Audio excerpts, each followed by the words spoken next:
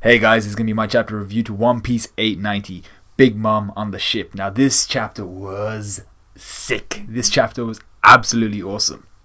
I really enjoyed it. First off, the cover page. I mean, like the way to get into a chapter is like just everything about a chapter really starts to get going when you see the cover page. And like sometimes the cover page doesn't even really matter, but this cover page was exceptionally well drawn, and even the theme of it, the whole idea of the Chinese zodiac, was really amazingly done, and it was just very well drawn. I liked how Khalifa was kind of representing the ram, I assume. Hancock was like the snake, and Fujitora the tiger. Sorry, so that was all cool. I really enjoyed that. And then we have Marco, and I think he was the representation for. Does the Chinese zodiac have a phoenix, or is it the rooster? I think it might be the rooster. At least that's what Overwatch taught me. So I think it might be rooster. So what did we get in the actual chapter though? Well, we start off with Perospero and Daifuku. They're concerned at Big Mom's weight loss. They're like, okay, we haven't really seen her go this far in her weight loss in a very long time. So it's something they may have seen before, but it's not. These are kind of uncharted waters. They're not too sure how to deal with this. They're like, we've not seen her like this in an age, probably never. So but we also get Big Mom ransacking. She may be in this state of like, because I'll come on to this later, but she didn't actually get stronger. She's actually in a very weakened state by the looks of things. But she does carry on, and she does continue to ransack and really destroy the Thousand Sunny. She wrecks a lot of it, and honestly, she has disgusting strength, such disgusting strength, and coupled with her craziness, she's extremely formidable at this moment in time. She's just going in, like, lifting shit off the Thousand Sunny, lifting, like, the housing area off the Thousand Sunny. I was like, what the shit is this? Like, she is absolutely crazy. So then, at the end of last chapter, like I said I thought that Big Mom may be getting more powerful in kind of an ecstasy of desperation and adrenaline, but it didn't look like that at all this chapter. She seems to actually be in a very weakened state. Mind you, the Straw Hats outnumber her like 4-1 at this moment in time. We had Brook, Nami, Nami, Chopper, and Jinbei against Big Mom, against her, and they were still shitting bricks. They were just like, oh, this is going to be a very difficult encounter, and she still catapults Jinbei off the deck and everything into the sea, which was awesome to see. And she also acknowledges that she may have to kill Perospero and all that if she doesn't find the cake, something which may become very important later on in the story when it does come down to it. But like I said, I think it was last review or 2 reviews ago, I was saying that Big Mom may be like at the borderline of desperation, and with her weight loss, she might be getting more and more powerful. But I think it's more along the lines of she is becoming more and more desperate, but the weight loss is affecting her devil fruit, and it's also affecting her general strength. She's still insanely strong enough to catapult Jinbei off the ship, but she's not as strong as she would have been if she was fully energized. She's actually weaker than she was originally. So yeah, I do believe that she has in fact gotten weaker. Big Mom destroying quite a large amount of the ship really it had me feeling the same desperation the Straw Hats were feeling. You know, they were in a desperate state, and she was kicking ass, and I was like, yo, I was feeling it with them. I was like, yo, crap, this is a really dire situation. So, and using Napoleon to cleave through a part of the ship, setting the sails alight with Prometheus kind of as her hair. Nami coming very close to becoming a Nami pancake. The entire situation seemed precarious, to say the least, you know. And also Napoleon, we find out in this chapter, he's able to change size. We see him kind of right near the end, where he changes into this long sword, almost like it's reminiscent of kind of Gin's sword in Bleach, when it just extends, but it didn't extend like infinitely. This was just Napoleon changed size in order to really, because of the whole soul link between Big Mom and Napoleon. He knows what she needs, and she's going to cleave through the ship. Obviously, a very large sword would be needed to do that. So I thought that was a really nice touch. The whole long sword appearance was awesome as hell. But then, obviously, Big Mom, the whole thing this chapter was she could not account for the Straw Hats' ability to think on the fly, really, and their unity, their whole cohesion as a group. So first we have Jinbei, who tanked Big Mom's cognac. I think it's pronounced cognac slash with his Busoshoku, which was beautiful. That was absolutely amazing. I think it was Kairagi he uses. It's something to do with an Edo period plum pottery or something like that. So it makes sense when you think about it. You know, the hardened pottery and all that stuff. So he uses that to block her attack, and obviously Some people may have complained about this. I'm not sure if people did complain about this, but if they did, here's why his blocking that attack was legit. First, Big Mom is in a crazed state where she may be powerful, but she's not at her best. And like I said just like a few seconds ago, she seems to have been on the decline at least since her weight loss began. Second, her attack did pack a punch, but it was not clad in Busoshoku Haki.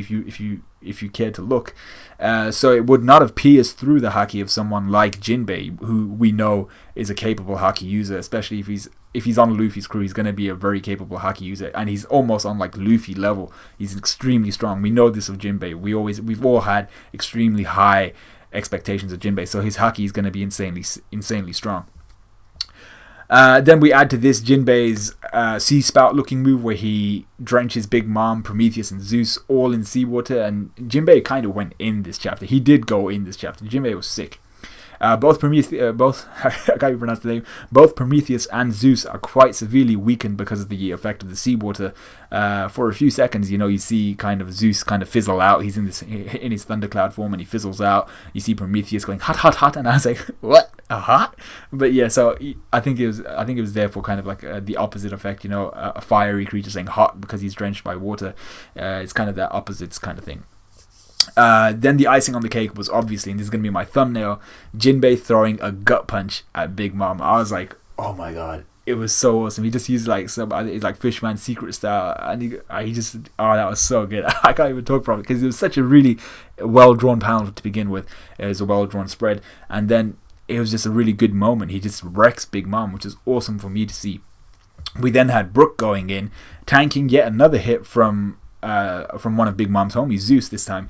We start to see the Straw Hats plan coming together here. We kind of realize what they're trying to do. They're trying to obviously get Big Mom off the ship, but they're also trying to target her means of staying afloat mid-air when she's off the ship, because they know that she's not going to be walking on water. They need to get her off the ship and then target whoever's keeping her afloat, most likely Zeus.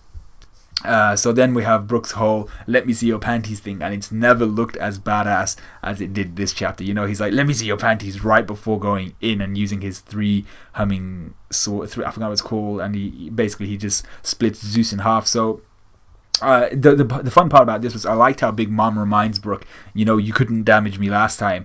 And she completely forgets in her crazed state that he did actually damage one of her homies. I think he damaged Zeus the last time they met. So he damages Zeus again. He cuts him in half this time. And then Big Mom's in dire straits. She's like, shit, I can't stand on top of Zeus because he's been wrecked.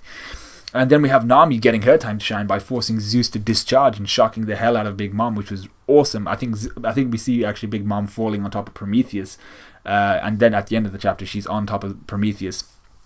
Which obviously Prometheus can't burn her, but which is a bit weird. It looks like Prometheus isn't burning her, but Zeus can actually shock her. So I thought maybe Prometheus is just like he can control he can maybe control his heat, considering he's living fire. I'm not sure how he does that, but he can control his heat enough to not hurt Big Mom.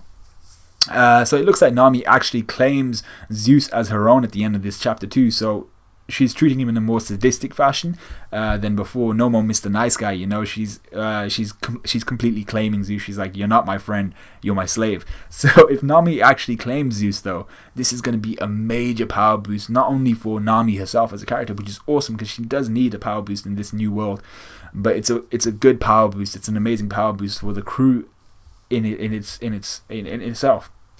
And I'm hoping she does actually steal Zeus from Big Mom. Unfortunately, Chopper didn't really do anything besides guarding Nami this chapter in terms of directing anything towards Big Mom. He just guarded Nami from Big Mom's attack, which was okay, but he didn't really do anything, and I'm hoping he does something next chapter.